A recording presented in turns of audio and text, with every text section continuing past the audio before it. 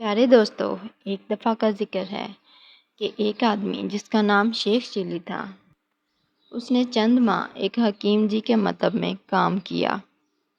مطب اس جگہ کو کہتے ہیں جہاں پہ حکیم بیٹھ کر دعائیاں وغیرہ دیتا ہے۔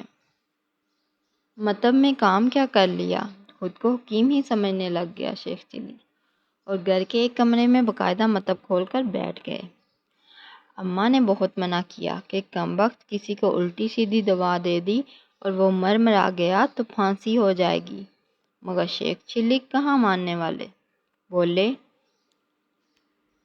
ایسے ہی دوا دے دیں گے الٹی سیدھی، ہمیں سب پتہ ہے، دواؤں کا بھی بیماریوں کا بھی۔ آخر 6 مہینے بڑے حکیم جی کے ہاں پڑیاں باندھی ہیں، کوئی مذاق ہے کیا؟ تم بالکل پریشان نہ ہو اماں، اب تو سمجھ لو پریشانی کے دن گئے۔ بہت نکما نکارا نکھٹو کہتی تھی نا۔ اب نوٹ گننے اور تھیلیاں بننے کی تیاریاں کرو، دیکھنا جلد ہی بڑے حکیم جی سے بڑا گھر اور دواخانہ نہ بنوایا تو شیخ چلی نام نہیں میرا۔ دواخانہ کھولے یعنی مطب کھولے کئی دن ہو گئے تھے، مگر اب تک کوئی مریض نہ آیا تھا۔ شیخ چلی کو مایوسی ہونے لگی۔ ایک روز بیزار سے بیٹھے تھے کہ ایک عورت مطب میں داخل ہوئی، اس کی گود میں چھوٹا سا بچہ بھی تھا۔ آپ ہی ہیں حکیم جی؟ عورت نے شیخ چلی کو شک بھری نظروں سے دیکھتے ہوئے پوچھا۔ ہاں ہم ہی ہیں حکیم جی، ہمارا مطب ہے۔ حکیم صاحب فرمائیے کیا تکلیف ہے آپ کو؟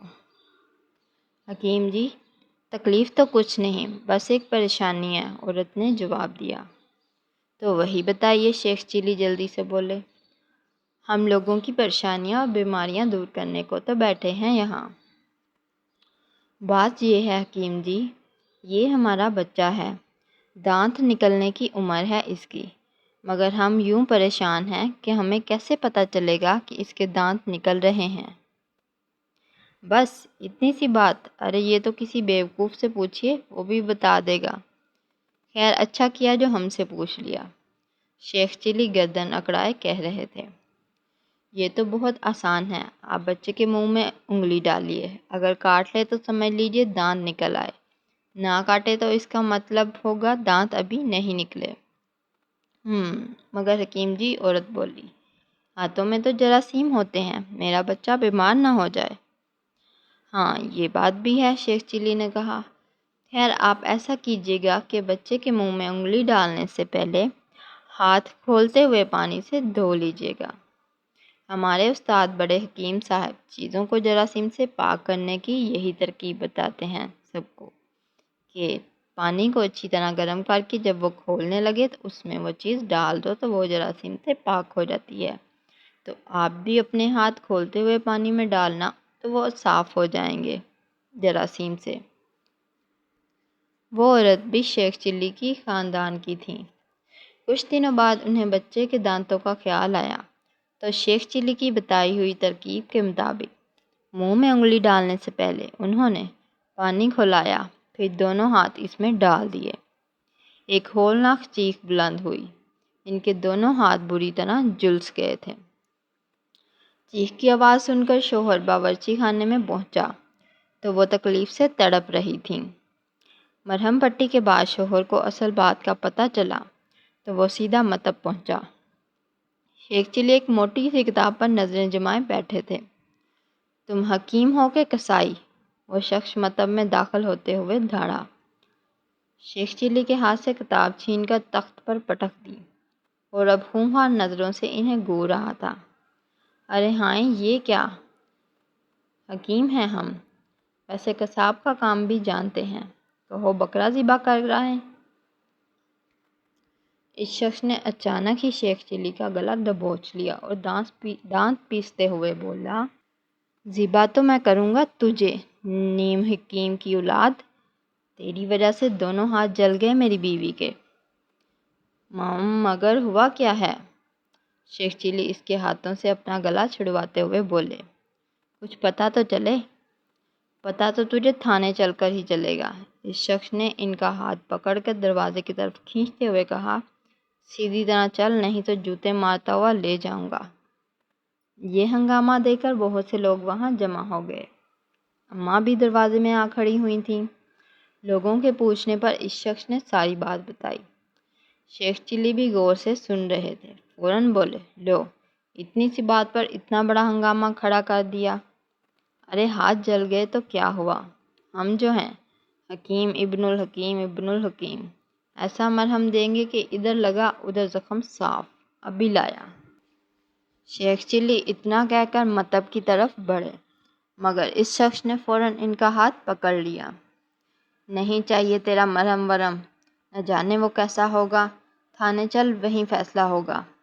لوگوں نے بہت سمجھایا مگر وہ شخص کسی کی بات ماننے پر تیار نہ ہوا۔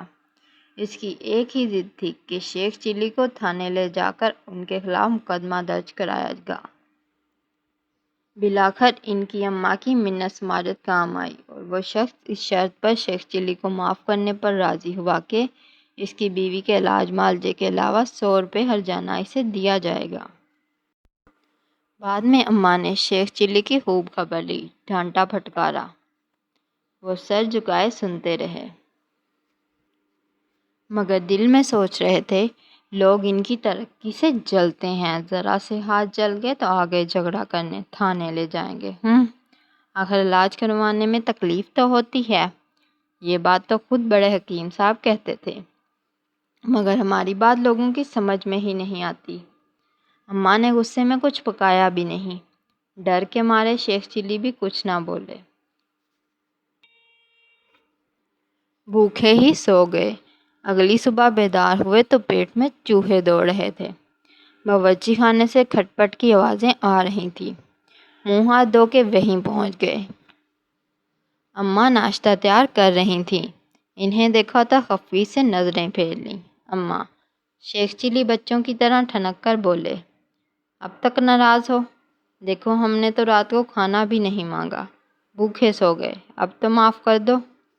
ان کے انداز پر اماں کو ہنسی آ گئی، منہ پھیر کر اسے چھپاتے ہوئے بولیں، تو ایسی حرکتیں ہی کیوں کرتا ہے بد نصیب؟ وہ مستنڈا تجھے لے جا کر تھانے میں بند کرا دیتا تو میں کیا کرتی؟ نوٹوں کے تھیلے بھروا رہا تھا مطلب کی کمائی سے، الٹا اس موئی کا علاج کروانا پڑے گا جو تیرے کہنے پر اپنے ہاتھ جلا بیٹھی ہے۔ 100 روپے دینے پڑیں گے وہ الگ، پتہ نہیں کب عقل آئے گی۔ جوان ہو گیا مگر بچوں سے بھی گیا گزرا ہے، کسی کام کاج کا نہیں۔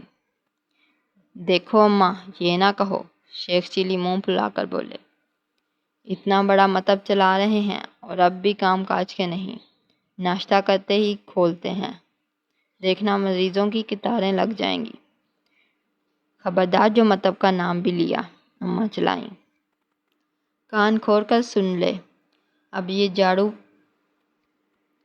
یہ جاڑو پھرا مطب کھلا تو آگ لگا دوں گی اس مطب کو۔